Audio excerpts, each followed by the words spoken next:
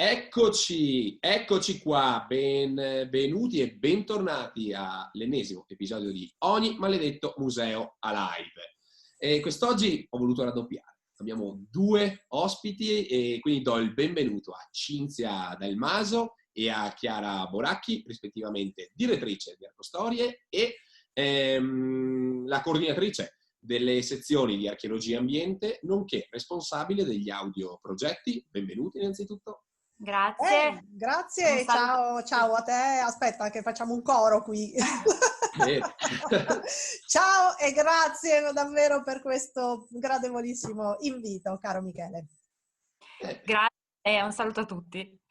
No, grazie mille a voi. Allora, finalmente anche con Archeostorie, diciamolo così, parliamo in generale, con Archeostorie così non facciamo casini, con Cinzia e con Chiara appunto, ci siamo trovati, ci si inseguiva da un po' e finalmente siamo riusciti a trovarci per fare questa chiacchierata. Allora, io vi chiedo innanzitutto di presentare Archeostorie a chi ancora non lo conosce, cioè penso siano veramente in pochi, ma se vogliamo dare due indicazioni un attimo su che cos'è Archeostorie e come è nato, ecco, questo grande progetto. Vai Cinzia.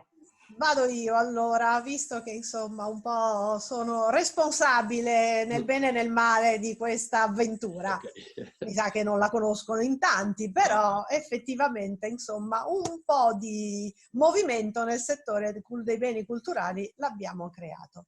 L'abbiamo creato in realtà con un libro, perché al giorno d'oggi siamo tutti connessi, ma poi carta canta e quando si realizzano dei libri succedono molte più cose di quando si sta nel web. In realtà io già nel 2013-2014 volevo riunire i blogger, chi si occupava di archeologia, perché appunto noi antichisti siamo di formazione.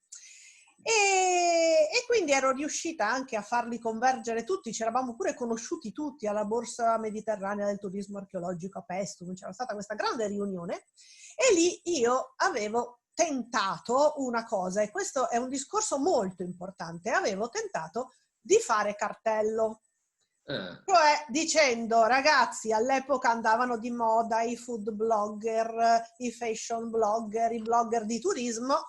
Dicevo, ragazzi, noi viviamo in un mondo ben più povero di quello del cibo e della moda, però magari unendoci possiamo avere una visibilità e anche, insomma, far sentire la nostra voce.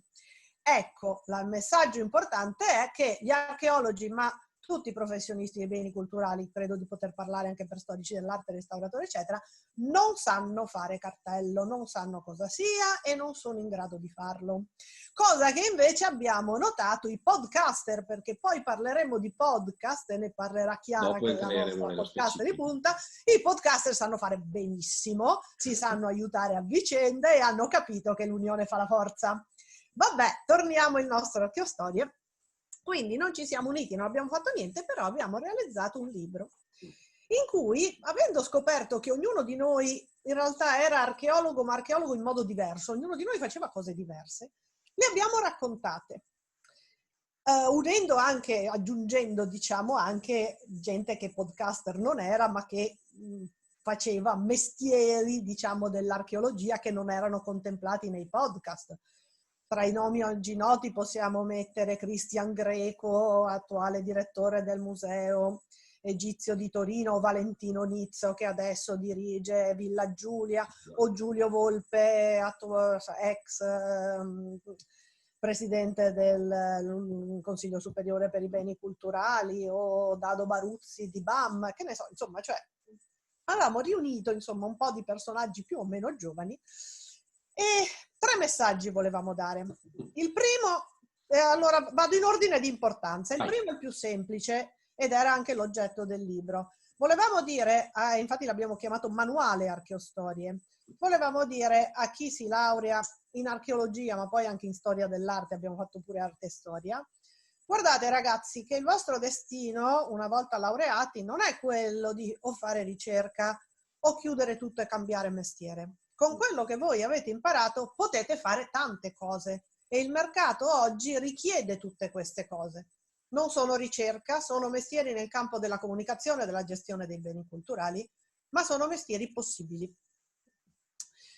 Il messaggio subliminale nei confronti dei loro professori, il libro ti faccio presente che il libro è uscito all'inizio del 2015. Sì. E da allora, adesso questi sembrano discorsi ovvi, allora non lo erano ancora e crediamo di aver dato anche il nostro piccolo contributo.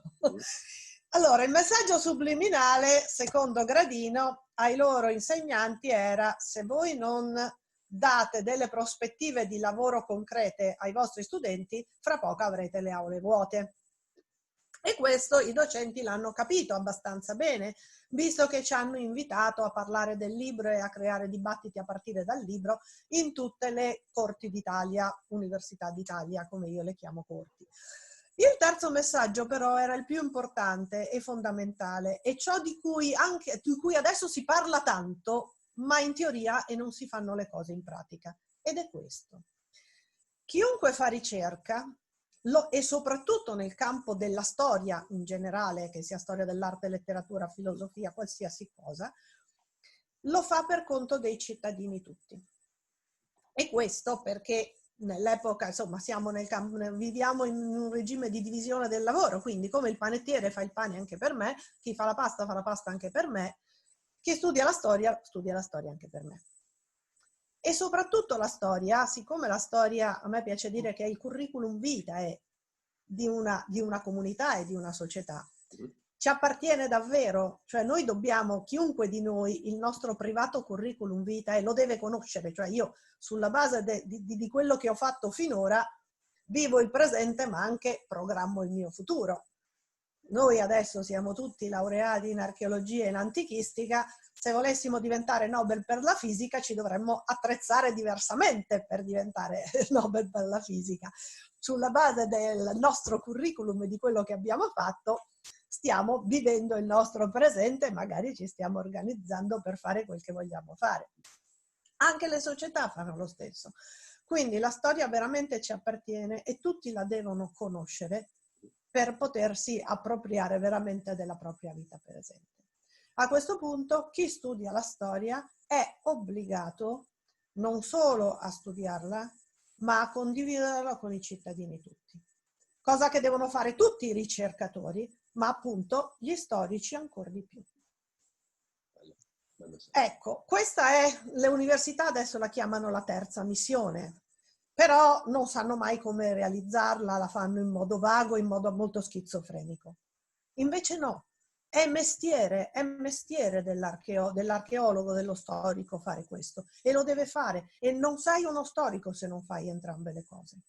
Noi per questo, il nostro esordio, dopo il successo di questo libro, per cui abbiamo parlato dappertutto, è stata addirittura con una rivista scientifica, Malmen in Colse. Noi abbiamo online, lo troverete, Archeostory e Journal of Public Archaeology.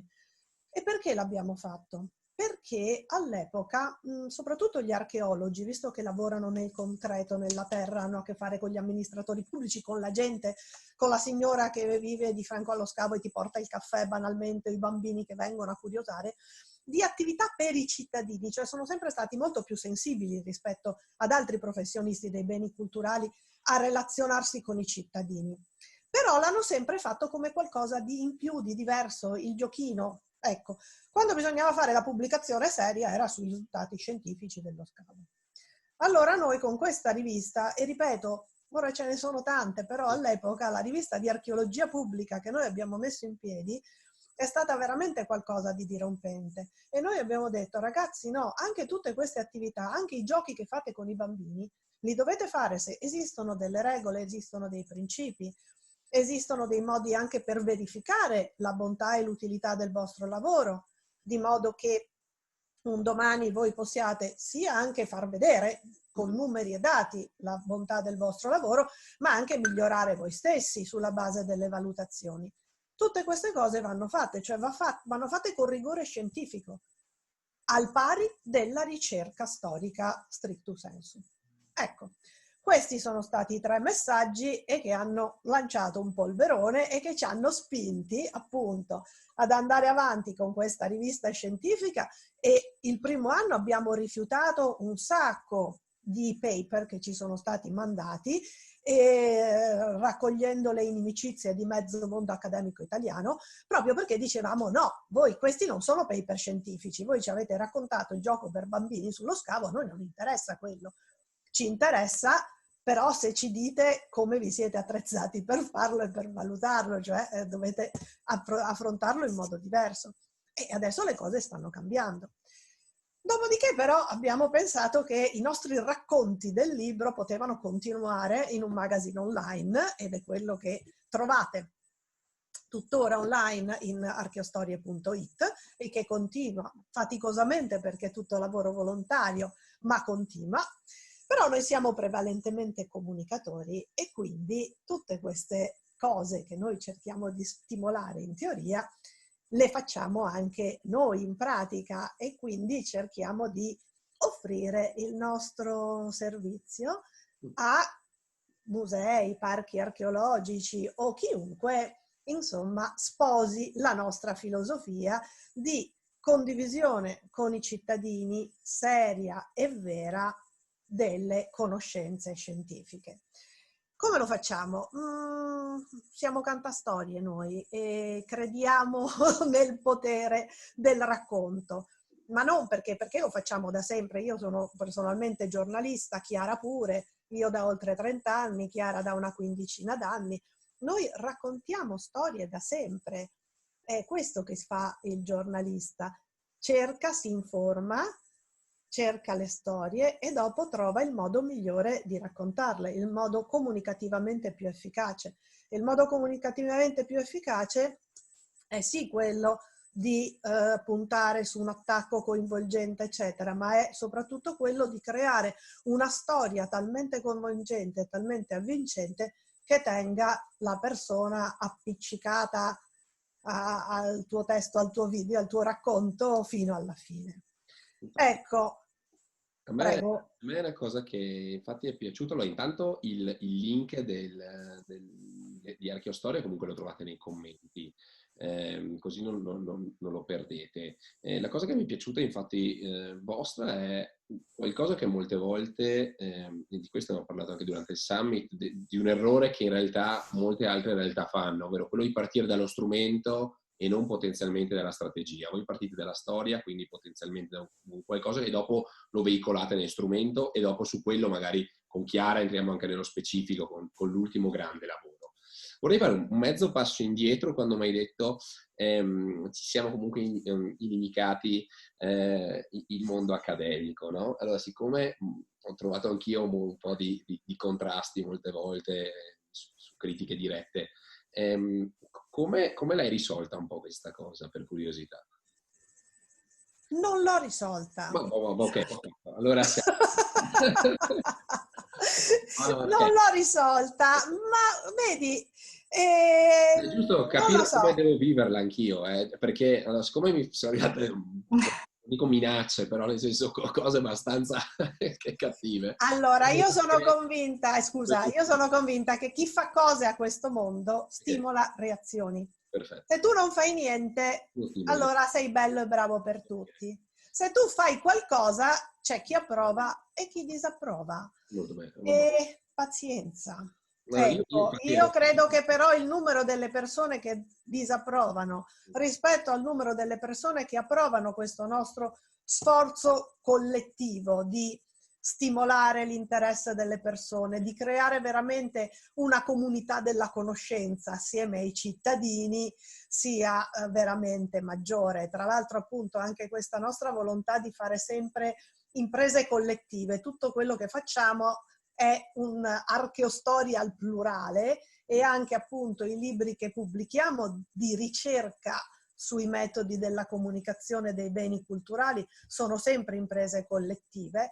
Cioè io ho questo sforzo di creare una comunità tra noi stessi prima che allargata ai cittadini tutti, credo che venga abbastanza apprezzato. Prima del libro di cui parleremo con Chiara, io ve lo mostro, abbiamo pubblicato questa cosa qui che si chiama Racconti da museo. Appunto, dicevo poco fa che noi puntiamo molto sul racconto. E Ed è appunto questo è del 2018, il nostro sforzo maggiore per far capire quanto un racconto ben fatto in qualsiasi forma, che può essere la forma di un testo piuttosto che un testo audio, un video, un videogame, quello che vuoi, insomma, qui il racconto viene affrontato da tutti i punti di vista, quanto un racconto sia lo strumento migliore per stimolare la curiosità, il coinvolgimento, l'emozione e stimolare un processo personale di conoscenza, cioè il desiderio di conoscere da parte delle persone. E soprattutto la provocazione, questo a me interessa molto, nel senso che quando tu scrivi un racconto, diciamo scrivi, io parlo perché appunto personalmente sono uno scrittore, però insomma tu produci un racconto, devi fare delle scelte. Se fai un discorso teorico puoi dire certi la pensano così, altri colà. Quando scrivi tu un racconto ha una sequenza lineare. Io a Pippo faccio fare delle azioni, quindi se io lo faccio arrivare al pozzo, non posso dire il pozzo forse era cravato, forse tondo, faccio una scelta. Sto facendo un esempio stupidissimo, il primo che mi viene in mente. Ecco, quella scelta è determinante, perché alla fine tu poi vai a dire al tuo ascoltatore: guarda, io l'ho fatta questa scelta, ho scelto così, questo è il mio modo di vedere il pozzo, il mio, ciò che, come io l'ho interpretato, quel che anche istintivamente dice a me. Dopodiché però tu che ne pensi? Ragioniamoci. Bello. Ecco, il racconto è provocazione e i cittadini, per poter ragionare, poter creare una comunità, diciamo, di persone pensanti, devono essere provocati. Già due grandi spunti in questa prima parte. Allora, il primo, quello dell'incapacità molte volte del mondo della cultura in sé di fare cartello a tutti gli effetti, quindi di relazionarsi, di fare quella... Mi piace la parola cartello, io di solito la definivo sempre rete, però mi piace anche la parola cartello. Mi ricordo un che di Narcos, un qualcosa Il di... cartello della droga, sì. Il cartello della droga. Esatto. E quindi secondo me entra ancora più nella nella testa di una persona. Questo uno, e quel discorso che tu facevi proprio del condividere effettivamente la storia, portando anche, provocando affinché ci sia questa sorta di avere un feedback, un dialogo che ha lo scopo di portare al dialogo. Ecco, quindi Esatto. penso che come è nato Archeostorie e questa sua mission e questa reason why anche da un certo punto di vista di essere anche diversi rispetto magari a un certo modo, ecco, di presentare l'archeologia, magari banalmente, è stimolante, ed è stata stimolante anche per me. Io anche sono un archeologo comunque classico di formazione, quindi di base parto anch'io da quello. Come dicevo prima, un'altra cosa molto molto interessante è stato il fatto che si è partiti dalla strategia, quindi comunque dalla storia, comunque dalla strategia e non dallo strumento. Decisamente. Tuttavia adesso siete arrivati a concentrarvi, avete realizzato un manuale nello specifico su uno strumento che negli ultimi anni, prima nel mondo americano, adesso pian piano è arrivato anche in Italia, che è il podcast. Adesso allora magari chiedo a te, Chiara. Ovviamente abbiamo anche un libro, allora ti chiedo, uno, che cos'è un podcast, magari per chi non lo conoscesse, e dopo entriamo un po' più nello specifico di come si è anche un po' evoluto un po' questo, perché è una nuova forma di linguaggio e molte volte il problema che io vedo quando si parla a livello culturale, ecco, un podcast sembra qualcosa più a livello di impresa e molte volte a livello culturale non viene considerato, anche a mio parere invece è uno strumento perfetto, anzi amo il podcast, penso sia ai pari... È uno strumento molto efficace. Sì, a parte la newsletter è a livello di strumento il mio strumento preferito, quindi ci vuoi un attimo parlare e dopo entriamo anche nello specifico del libro. Allora, i podcast nascono, diciamo, come costola della radio. Nascono per dare la possibilità alle persone di riascoltare puntate del loro programma radiofonico preferito on demand, quindi quando vogliono, dove vogliono. Naturalmente il podcast nasce in concomitanza anche con l'avanzamento tecnologico, no? Quindi le tecnologie, in particolare la tecnologia legata al web, è sempre più evoluta, sempre più portatile, e quindi il podcast inizia a prendere piede. Inizialmente appunto per riascoltare le puntate del programma preferito che ci si è persi, oppure appunto per riascoltarle, e poi però diventa uno strumento a sé stante, cioè si capisce che il podcast può servire non soltanto per riascoltare un programma che è andato in radio in un determinato orario, con determinati conduttori, eccetera, ma proprio per creare uno strumento nuovo, una narrazione nuova, qualcosa di diverso. E quindi nascono diversi format di podcast, perché in realtà noi parliamo di podcast, no, identificandolo con uno, ma in realtà ci sono tanti modi per fare un podcast, cioè c'è il modo giornalistico, diciamo, che appunto è più legato alla radio, ma soprattutto negli ultimi anni sta prendendo piede un modo di raccontare attraverso l'audio che è molto più narrativo, no? Infatti lo abbiamo chiamato podcast narrativo e addirittura nel libro c'è uno dei contributi che è quello di Andrea W. Castellanza, che è l'autore di Bisturi, un podcast tra i podcast storici forse insomma tra i più noti, che definisce il podcast narrativo come podcast propriamente detto. Perché? Perché la narrazione, e qui mi ricollego a quello insomma, che ha detto Cinzia prima, parlando di racconti da museo, la narrazione è uno strumento potentissimo che veicolato attraverso l'audio diventa ancora più potente. E appunto volevo dire una cosa, aggiungere una cosa a quello che ha detto Cinzia prima, cioè questo libro che poi noi abbiamo fatto, Prendi il podcast, è assolutamente conseguenziale con gli altri due, cioè nel primo abbiamo parlato dei mestieri dell'archeologo, no? Quindi le varie possibilità che uno studente di archeologia ha dopo essersi laureato. Poi abbiamo scelto un mestiere, cioè quello del cantastorie, e abbiamo parlato di narrazioni, e abbiamo cercato di far capire ai musei che raccontare in un determinato modo, quindi con le tecniche dello storytelling, è più efficace per presentare appunto le proprie collezioni, eccetera, eccetera.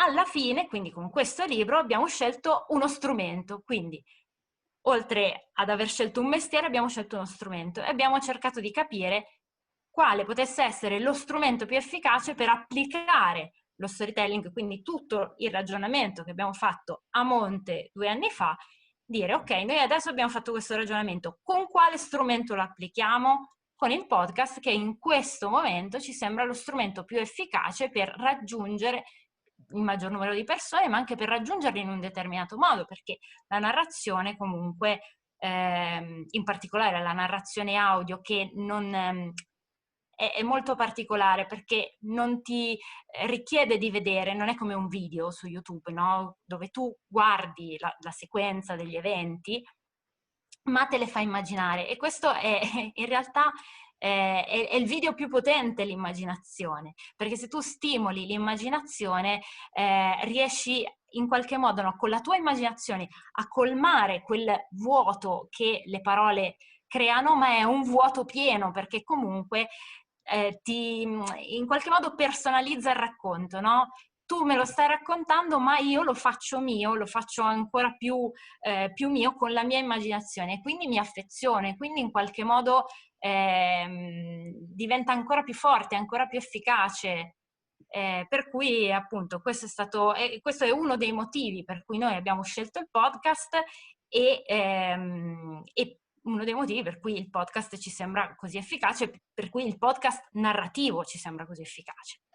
Mostra il libro però, Certo, eccolo qua. Si vede? Quello dopo lo mettiamo nei commenti, non ci sono problemi, non vi preoccupate. Entriamo un po' nello specifico di questa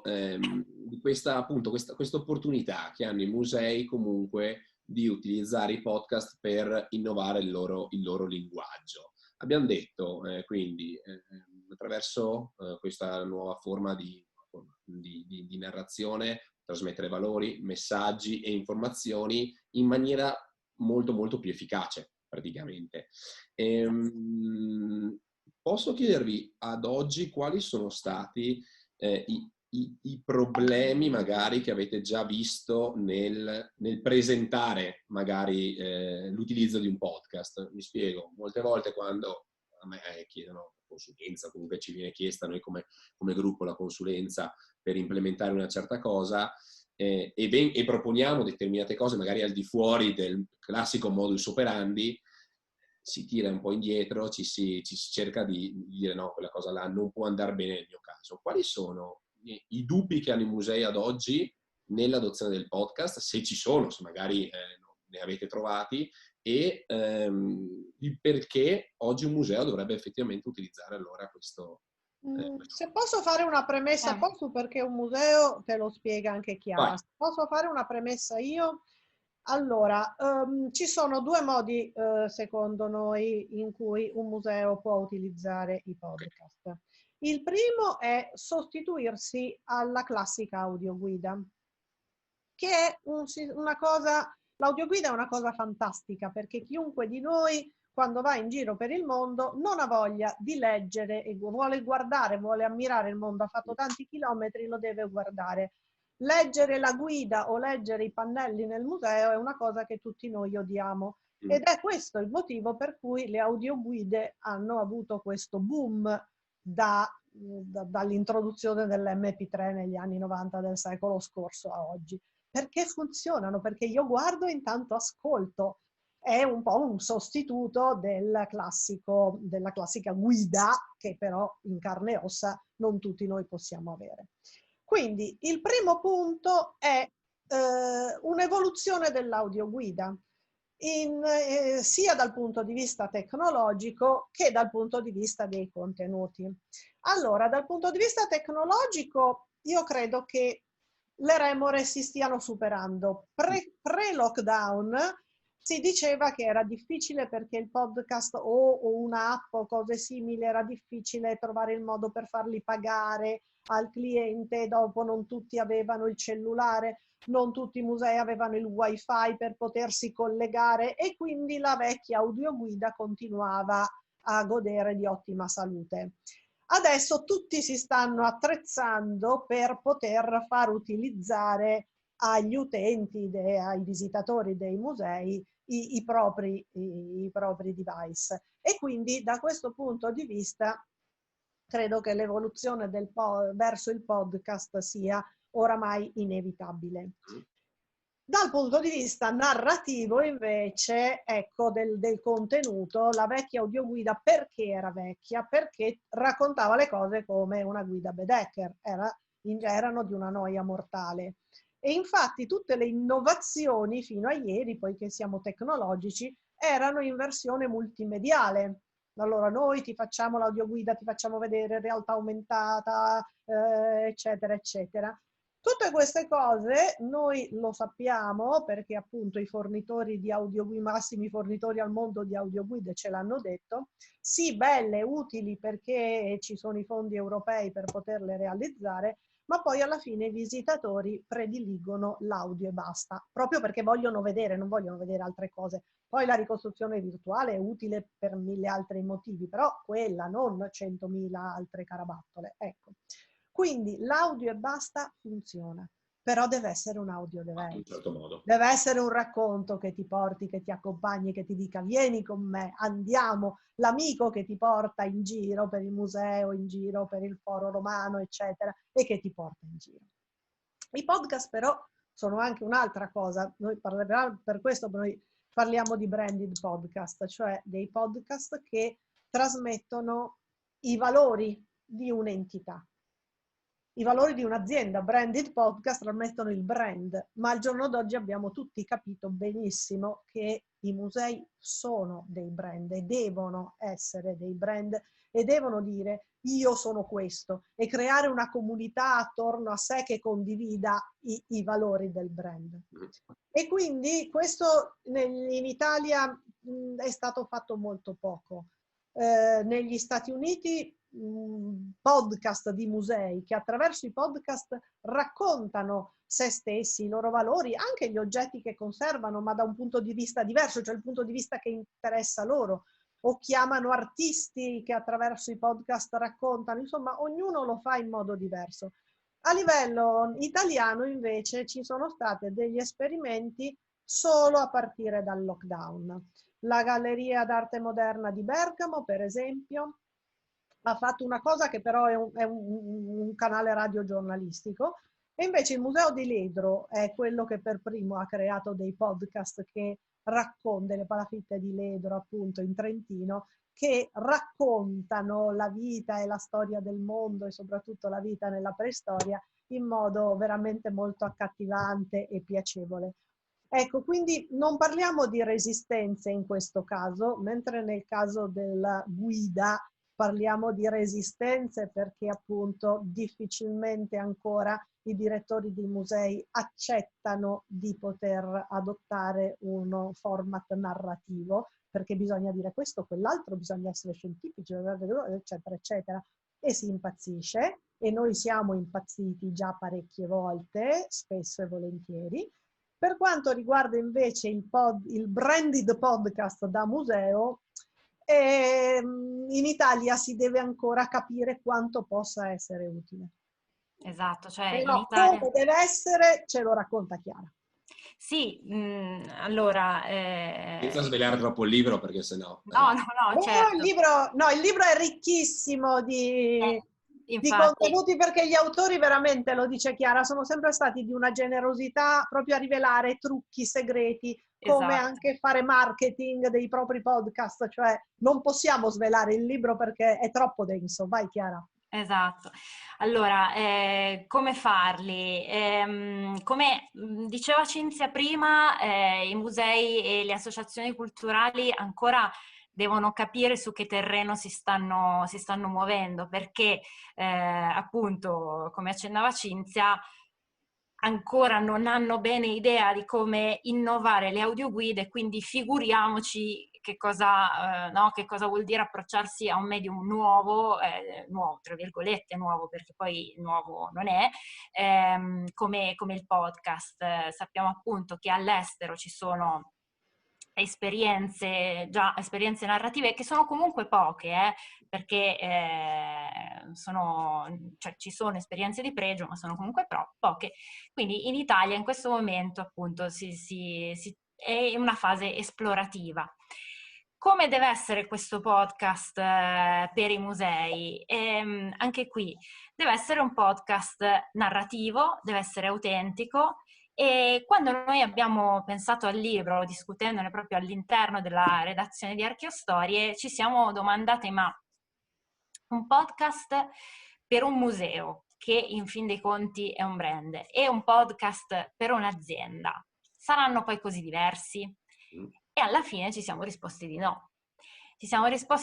E quindi abbiamo messo insieme appunto un po' di persone che ci aiutassero a raccontare, un po' di podcaster, appunto tra i più importanti peraltro, podcaster indipendenti italiani, che ci aiutassero in questo percorso, cioè ci aiutassero a capire che tipo di podcast poteva servire per raccontare messaggi e valori di un'azienda e quindi anche messaggi e valori di un museo.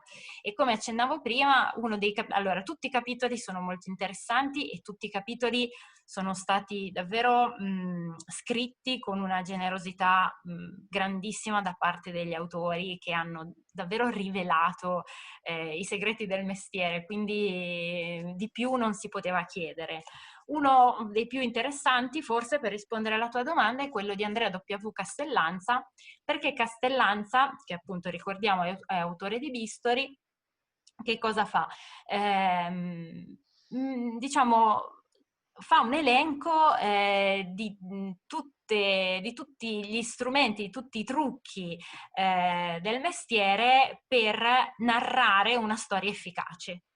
Quindi tocca anche il discorso poi del racconto dell'eroe, che viene insomma sviscerato meglio nel libro. Effettivamente, diciamo, leggendo il capitolo si capisce poi perché appunto il podcast narrativo, e quindi con una narrazione fatta in un certo modo, quindi da chi la sa fare la narrazione, sia effettivamente la cosa più efficace per comunicare appunto valori e messaggi. E quindi anche evidentemente le collezioni di un museo o insomma diciamo anche, come diceva Cinzia prima, giustamente attraverso un punto di vista, perché poi un racconto è sempre un racconto da un punto di vista, quindi... Io sono contento comunque che siamo arrivati finalmente a teorizzare questa cosa del podcast, perché quando noi a livello di sviluppo, lavorando con i musei di Belluno, con i musei di Venezia, provincia di Belluno e appunto Venezia, eravamo partiti dal ragionamento nello sviluppare gli audio effettivamente, dall'approccio podcast, che ancora, tra virgolette, non era nelle corde, tra virgolette, ancora non si parlava di approccio podcast, però questo stile narrativo, questo stile autentico, questa condivisione di messaggi e valori. Quindi sono contento che si è finalmente comunque arrivati a teorizzarla, quindi questa cosa, quindi complimenti. E di un'altra cosa sono contento, di quel messaggio che hai detto, che forse è passato un po' sotto banco, tra virgolette, quel racconto dell'eroe, che a mio parere è un libro che dovrebbe essere letto da chiunque fa questo mestiere, perché è la base dei film Disney, ok? È la base film Disney che fanno capire come mai dopo tu, genitore, vai a comprare tutti i prodotti per i tuoi figli, come è nato comunque anche l'universo, ogni film Disney e poi l'universo Disney. Quindi, ma anche gli adulti, no, sì, anche gli adulti, cioè. Faccio quello così non metto magari in imbarazzo ascoltando, no? No, allora, dove possiamo trovarlo il libro?